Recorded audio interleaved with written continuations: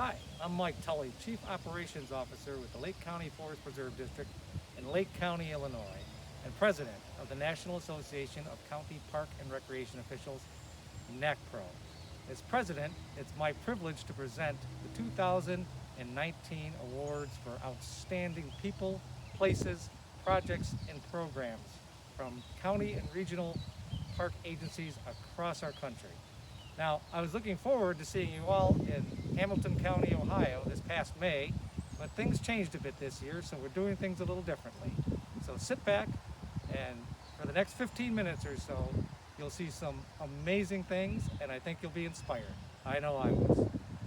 In creating the Meadow Ridge area of Elk Creek, Metro Parks of Butler County, Ohio identified, acquired, and repurposed a failing private golf course at little cost to the park system. 99.5% of the funding came from outside sources, including state and federal funds, a partnership with the Trust for Public Land, and a seller's discount for the local match. This project is a model for other agencies faced with golf course closures in areas around the country, a national trend. Leveraging the situation, Metro Parks created and restored their largest preserve to date at 795 acres.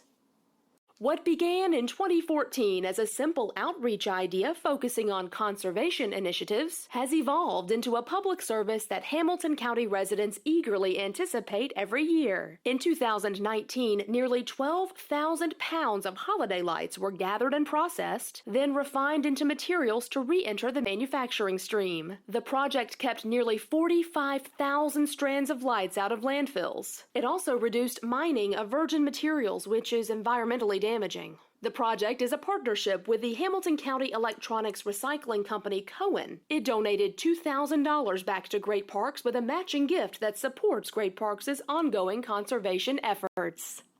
Once plagued by water and energy insufficiencies due to aging infrastructure, the 1960s-era Obregon Park was transformed into a model of sustainability. The project resulted in heat island effect mitigation, CO2, energy, and water conservation, increased public safety, air and water pollution mitigation, and green space enhancement in economically disadvantaged East Los Angeles. General George Washington is arguably the most famous and revered person to have stayed at Miller House in North White Plains, New York, at the time of the American Revolution in 1776. Built nearly 40 years earlier in 1738, the Miller House had deteriorated due to a lack of funding. It is now restored and open to the public thanks to a combination of state and local funding partnerships. The Women in the Wild program was created to encourage women to spend more time in nature through education, training, and experiences that empower them to make outdoor recreation a way of life. Led for and by women, this program is in direct response to studies that show women value outdoor experience, but more than men, can sometimes be hesitant to engage.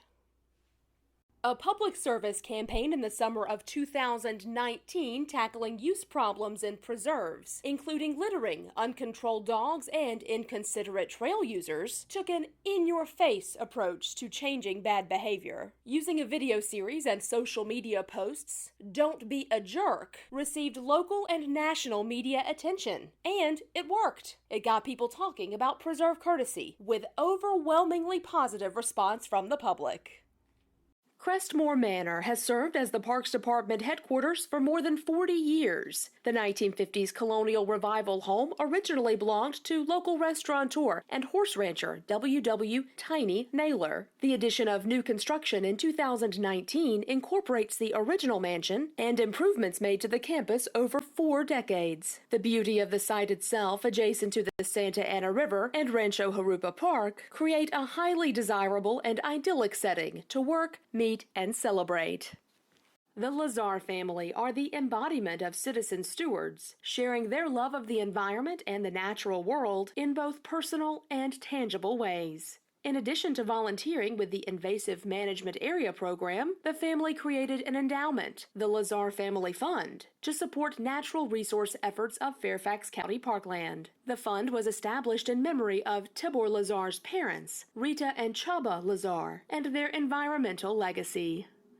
Suzanne Prince, chair of the Valdosta Lowndes County Parks and Recreation Authority, is a tireless champion for the agency and all it does to improve the quality of life for area residents. She has led the effort to build new recreation facilities, including the nation's largest Miracle Field. She's worked to grow programming and spent years as a volunteer coach. And she's helped bring millions of sports tourism dollars to the community, both hosting and supporting tournaments. Ms. Prince is passionate about VLPRA, about the welfare of community residents, and about providing high-quality facilities and programs for them. Like many cities across the country, Dayton, Ohio is challenged with food insecurity and food deserts, areas where it is difficult to find fresh food. Hunger-related issues affect over 17% of Dayton citizens. The Second Street Market and Homeful Partnership provides better access to fresh food and encourages healthy food choices. It incorporates fresh produce, broadens local farmers' customer bases, and creates a more inclusive shopping space at the market.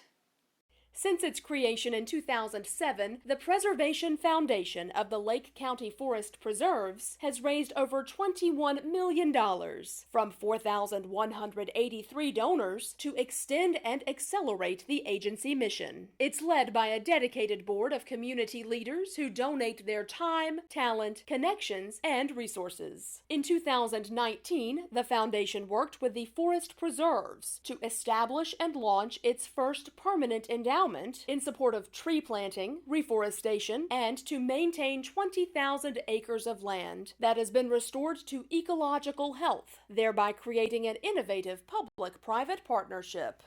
Wesley Wolf and Carol Hogan exemplify dedication and passion for natural areas restoration, both as stewards and stewardship leaders. They are outgoing spokespersons with preserve visitors and fellow volunteers alike, engaging in conversations about the importance of conservation and restoration. Since becoming stewards, Carol and Wesley have donated over 14,000 hours themselves. They've also guided other volunteers to nearly 20,000 hours of cutting invasive brush and collecting and sowing native seed. In total, the group they lead has restored nearly 100 acres of land.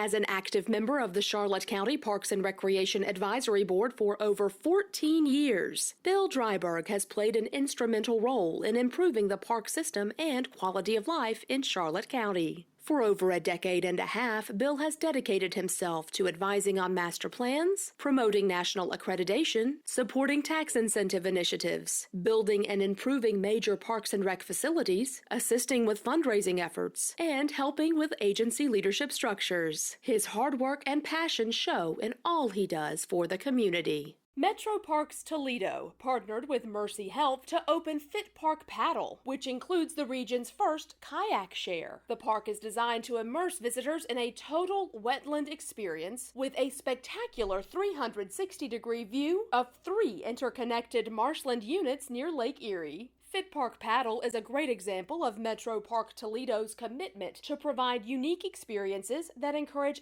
active outdoor recreation. Partnering with the Stark Mental Health and Advocacy Recovery Agency, Stark Parks created a special spot dedicated for meditation and self-care. The 1-mile trail offers visitors 10 stations, promoting relaxation, focus and awareness, reflection, and embracing the present moment. Funded by both agencies, the project was also supported by local businesses. The Mindfulness Walk provides the community with an outdoor space for recovery and reflection, where trees, water, fresh air, and peace can provide needed solace. Built on an 84-acre parcel donated by the Nature Conservancy, the Santa Isabel Nature Center is a 6,000-square-foot LEED Gold certified facility. Indoor and outdoor interpretive exhibits concentrate on the natural world, showcasing the unique ecology and history of the surrounding area. The project connects to a 3.5-mile loop trail, amphitheater, and nature-based play area, all with direct access from inland North San Diego County cities. Andy's Unity Park grew from the community's commitment to and belief in the healing power of parks. It was built to remember the life of a 13-year-old boy, Andy Lopez, who was shot and killed by a Sonoma County deputy while carrying an air rifle, which the deputy mistook for a real firearm. While the park will forever be connected to this tragedy, it has also contributed to the rebirth of a more unified community and the promise of a healthier future for an underserved neighborhood previously lacking park and recreational opportunities. The all-inclusive outdoor adventure at Middle Ground was Metro Park's first large-scale program focusing on inclusivity, targeting people with varying abilities. Partnering with local agencies the Ability Center, the Epilepsy Center, and the Lucas County DD Board, the program provided an opportunity to recreate safely, supporting physical and mental wellness. All of the 350 attendees were able to try every offering with lasting results, including a 30% increase in inclusive outreach programming. Chesterfield County Parks and Recreation Department's Rec and Roll Playground brings the fun to the people by providing a recreation experience to underserved communities. Working in partnership with the Chesterfield County Police Athletic League, Rec and Roll offers a wide range of activities requiring no prior skills so that no child feels excluded. Most attendees live in disadvantaged areas far from playgrounds or other safe places to play. Race, ethnicity, language, ability, and socioeconomic standing have no bearing on the quality of this innovative, unstructured play experience. First People Day at Rocky River Nature Center was a nearly 20-year-old program that was refreshed and given new focus. Cleveland Metro Parks worked in partnership with the Lake Erie Native American Council to ensure best practices for teaching Native American history. The updated program created a venue where stereotypes are challenged, new stories are told, and Native American voices are amplified. From an attendance for the old program hovering around 500, the new program draws more than 3 times that number. Attendees who are fascinated to learn something new about the ancient and contemporary history of their home community. Designed to grow parks and recreation professionals of the future, the Nature Ninja Warriors program targeted middle school students in underserved urban and rural communities. They engaged in real-world experiences in environmental recreation, emphasizing job, life, and leadership skills. Post-program follow-up demonstrated that 85% of participants improved proficiency in key areas, such as teamwork, friendship skills, affinity for nature, and problem solving. The Sustainable Parks and Recreation Plan Phase 1 creates 14 new urban parks for 6 of LA County's most park-poor communities that also experience low income and high levels of child obesity and crime rates. The plan was developed in partnership with regional planning, public health, Public Works, community residents, and community-based nonprofit organizations. The result is an assessment and prioritization of local park needs and a green space vision for populations most in need. Master planning one of the largest and oldest preserves in the Lake County Forest Preserve District was a complicated undertaking. Years of facility location and major public programming had taken its toll.